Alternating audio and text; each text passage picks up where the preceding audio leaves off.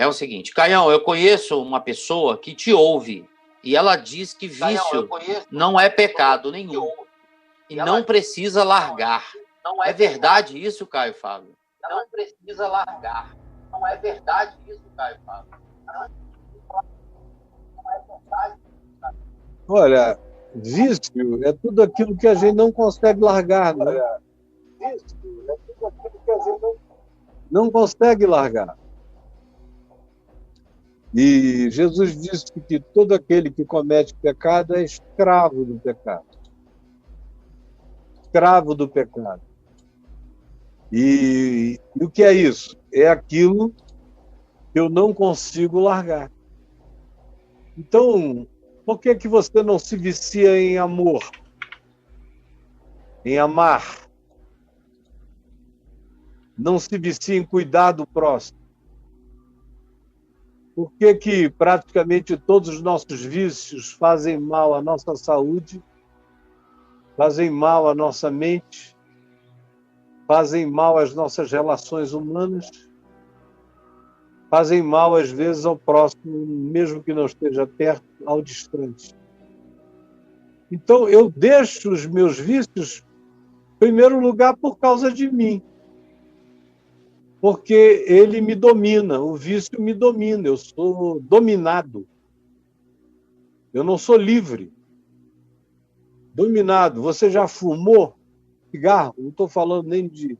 Porque de maconha é mais fácil você dizer nunca mais vou fumar maconha. E nunca mais fumar maconha. É.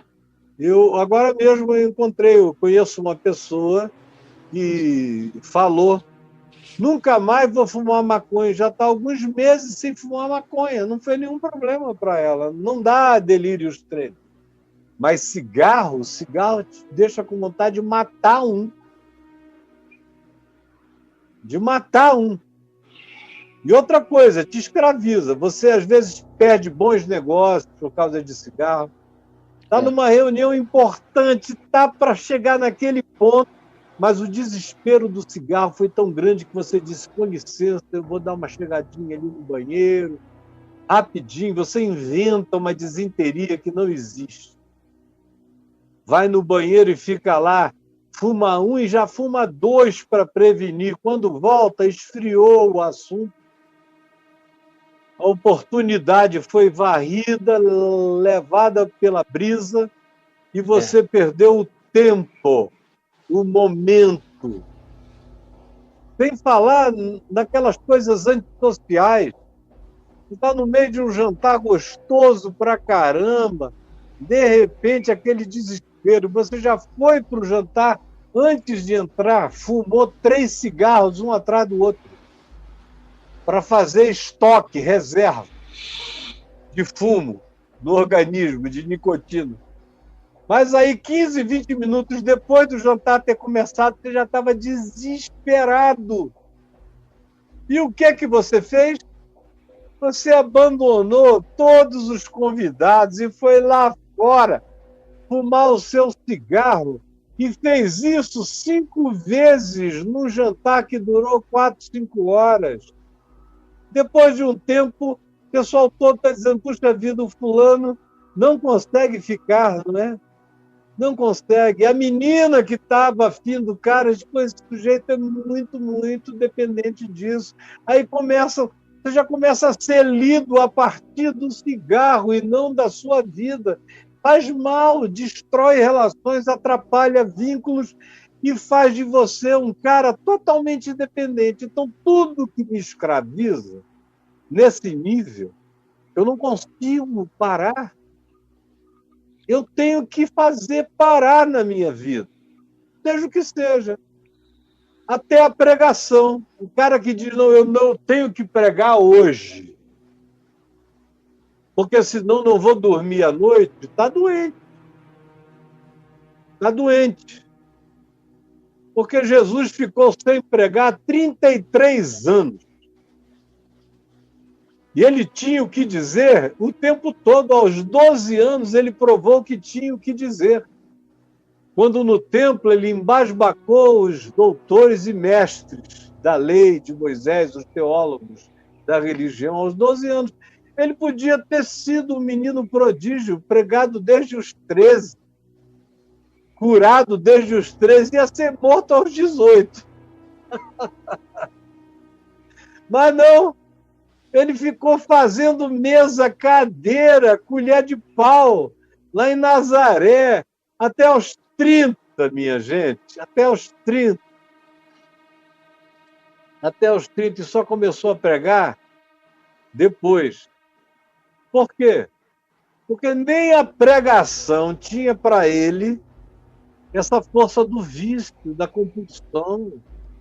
Ele para todo dia às 6 da tarde, ele nem prega à noite, quase nunca, nas festas e nos banquetes. Ele vai a alguns, mas não é o tempo todo, ele descansa, ele dorme, ele faz silêncio.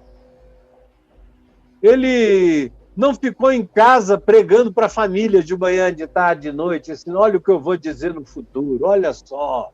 Escuta aí, Tiago, escuta aí, Judas, escuta aí, Simão. Não. Uma calma enorme em casa, a própria Maria teve que ir vendo e juntando os pedaços no coração. Até a pregação, quando é um vício, faz mal. Missão, eu conheço muita gente viciada em missão, não consegue ficar em casa. Tem que arranjar um campo missionário em algum lugar, porque criou-se uma dependência psíquica. O indivíduo, fora daquele lugar que ele chama de campo missionário, ele fica com culpa, acha que não está servindo a Deus em casa, em lugar nenhum que ele não chame de campo missionário. É o tal do vício do púlpito para os pastores. Tem pastor que, se não se agarrar num púlpito, esse púlpito é meu, é daqui que saem as palavras de Zeus, e ele prega ali naquele púlpito, se ele não tiver um púlpito, ele se desespera. Aqui no Papo de Graça mesmo, se você escrever a palavra púlpito, Caio, perdi o púlpito, você vai ver que tem um monte de respostas minhas sobre o cara que perdeu o púlpito, porque era um vício, é um vício. Como também, Caio, eu perdi a igreja local. Eu não tenho mais uma. O cara não servia a Deus. Ele tem o vício de ser dependente, sustentado por uma igreja local, e sem uma igreja local, Deus não existe para ele. Você veja que eu podia estar falando de cerveja, de bebida alcoólica, mas esses são vícios óbvios, que eu tenho que parar. Tenho que parar. Eu estou muito orgulhoso de uma pessoa que eu amo muito e que vinha bebendo, a meu ver, demais nos últimos 10 anos, bebendo muito. Cada vez mais. Eu dei uns toques nessa pessoa. Eu falei, para com isso. Você vai prejudicar a sua vida, seus filhos, seu casamento. Seus filhos vão perder o respeito por você. Para com isso. Você é uma pessoa tão digna. Mas a bebida destrói tanto o seu equilíbrio. Para com isso. Até teve um dia em que, graças a Deus, ele cometeu algo que voltou na cara dele por causa da bebida. Aí ele me procurou desesperado, eu disse, eu te falei. Agora, o que eu tenho a te falar é o seguinte, vamos parar com isso a partir de agora, recuperar tudo. Família, esposa, casamento, tudo. A partir de hoje.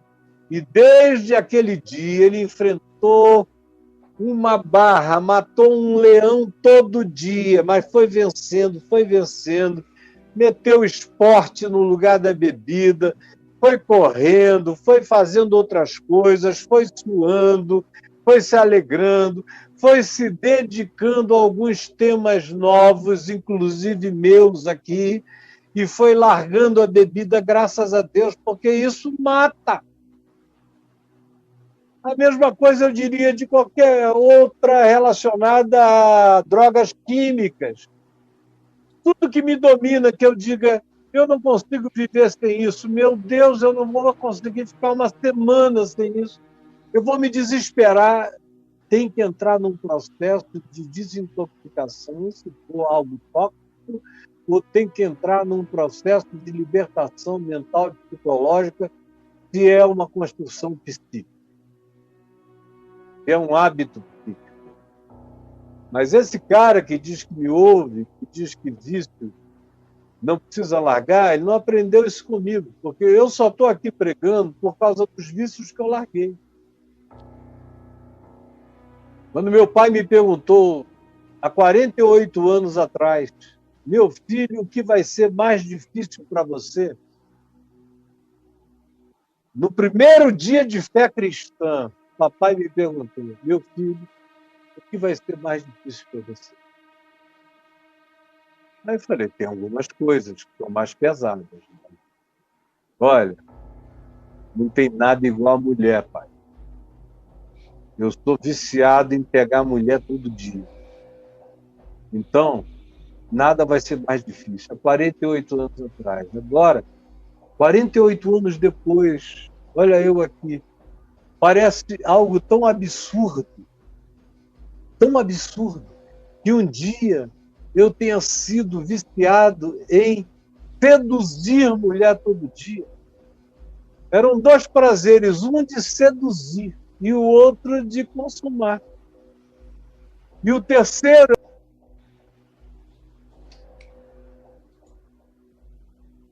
Culturas, muitos costumes diferentes. E legal você poder visitar um pouquinho, conhecer os pedaços do Brasil aqui que são bem variados, né? Porque você fala do feijão preto do Rio de Janeiro, né? Aqui em São Paulo a gente come feijão preto só em feijoada. O feijão normal que a gente come é o marronzinho, que curiosamente se chama carioquinha. Vai voltar agora. Comida vai voltar agora. Aqui, por exemplo, tem muita vai voltar agora. Ai. Pode ir, Caião. Cara, essa foi longa. Demora. Metade do podcast dos caras, vai.